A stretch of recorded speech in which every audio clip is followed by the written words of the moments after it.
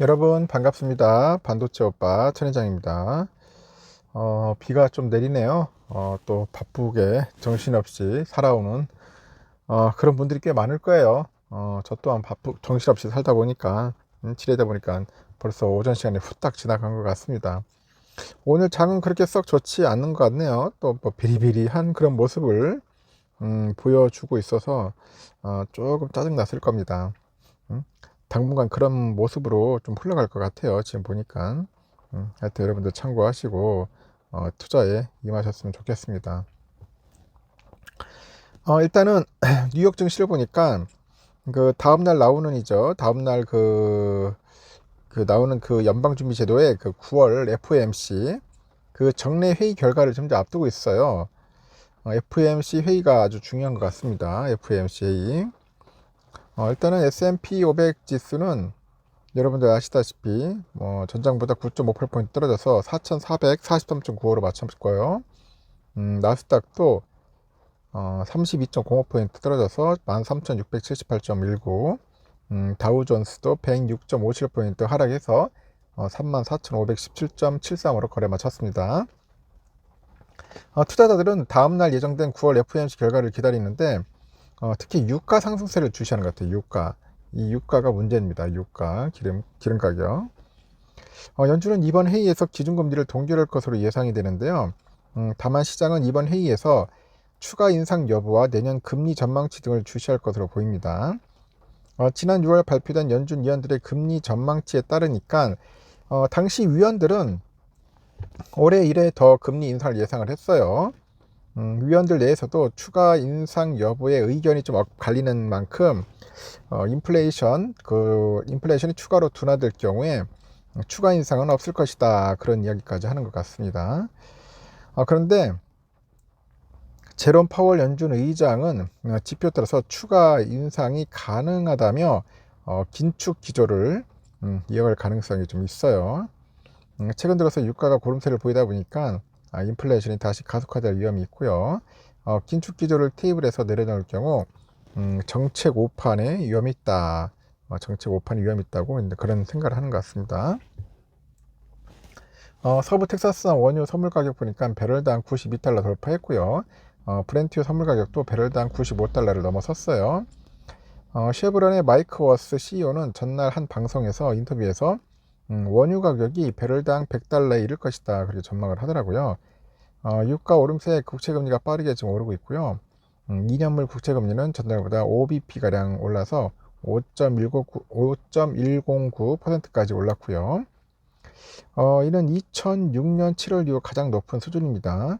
10년물 국채금리도 5bp가량 올라서 4.366%를 기록했네요. 10년물 금리는 2007년 10월 말 이후 최고치를 경신을 했고 5년물 국채금리는 4.52%까지 올라서 2007년 이후 최고치를 경신을 한 거죠. 나스닥이 상장해서 첫 거래에 나선 미국의 식료품 그 배달업체가 있습니다. 인스타카트의 주가는 첫 거래에서 공모가 대비 12% 이상 올라서 33.70달러에 거래 마쳤고요. 시가총액은 112억 달러에 달합니다. 이는 회사가 2021년 초에 코로나 팬데믹의 수혜로 주목을 받으면서 시장에서 평가된 기업가치 390억 달러에서 크게 좀 줄어든 수치라고 합니다. 인스타카트는 전날 늦게 기업 공개를 통해서 2200만 주를 매각해가지고 6억 6천만 달러 가량을 조달을 했네요. 지난주 영국 반도체 설계기업 그 ARM 홀딩스의 상장 이후 IPO 시장이 대선을 날지 투자들은 주목을 하고 있는 것 같습니다. 그런데 ARM의 주가가 이날 또 5%가량 하락을 했어요. 55.17달러에 거래 마쳤고 공모가인 51달러부터 이제 4.17달러 높은 수준입니다. 일단 ARM의 시가총액은 첫날 주가가 25% 급등을 해가지고 단번에 650억 달러를 넘었던 데에 비해서 623억 달러 수준까지 떨어진 거야. 쭉쭉 빠지고 있어요 지금 또. 이날 발표된 미국의 8월 신규 주택 착공 실적은 한 달 만에 다시 급감을 해서 3년여 만에 최저 수준으로 떨어졌고요. 상무부에 따르면 8월 신규 주택 착공 실적은 계절 조정 기준 전월 대비 11.3% 줄어든 연율 128만 3천 채로 집계됐습니다. 이는 2020년 6월 이후 가장 낮은 수준이고요. 주택담보대출 금리가 7%를 웃도는 높은 수준을 유지하면서 주택 매입 수요가 악화된 것이 신규 주택 착공에도 영향을 미치고 있는 것으로 풀이됩니다. 이날 수치는 시장 예상치인 1.5% 감소보다 더 많이 줄어든 것 같아요. S&P 500 지수 내 11개 업종 중에서 헬스와 통신을 제외한 9개 업종이 하락을 했고, 에너지 임의 소비재, 부동산, 유틸리티 관련주가 0.5% 이상 떨어졌습니다. 크루즈죠. 크루즈 선사의 카니발하고 로열 캐리비안 크루즈의 주가는 각각 0.3, 2.5% 올랐고, 투자회사 트루이스트는 카니발에 대해서 투자 의견을 매도해서 유지로, 로열 캐리비안은 유지해서 매수로 각각 상향을 한 겁니다. 스타벅스의 주가는 TD 코엔이 중국의 경제 역풍 등을 우려해서 투자 의견을 시장 수익률 상회에서 시장 수익률 하향으로 1% 이상 하향을 했어요. 로켓랩의 주가는 로켓 발사에 실패했다는 소식에 7% 이상 떨어졌고, 월트디즈니의 주가는 크루즈하고 파크 사업에 대한 투자를 거의 2배 수준으로 늘린다는 소식에 3% 이상 하락을 했어요. 뉴욕 증시 전문가들은 연준이 금리를 동결하더라도 이번 회의가 매파적인 기조를 보일 수 있다고 합니다. 스위스커트 은행의 그 선임 애널이 그런데 예상보다 강한 최근의 경제 지표하고 10개월 만에 최고 수준으로 오른 유가 등이 연준이 이번 회의에서 매파적 일시 중단을 하도록 부추길 수 있다, 그렇게 언급을 하는데, 하여튼 즉 금리를 동결하면서도 추가 인상 가능성을 열어둬 가지고 금리 인상 종결을 선언하지 않을 것으로 예상을 한다고 합니다.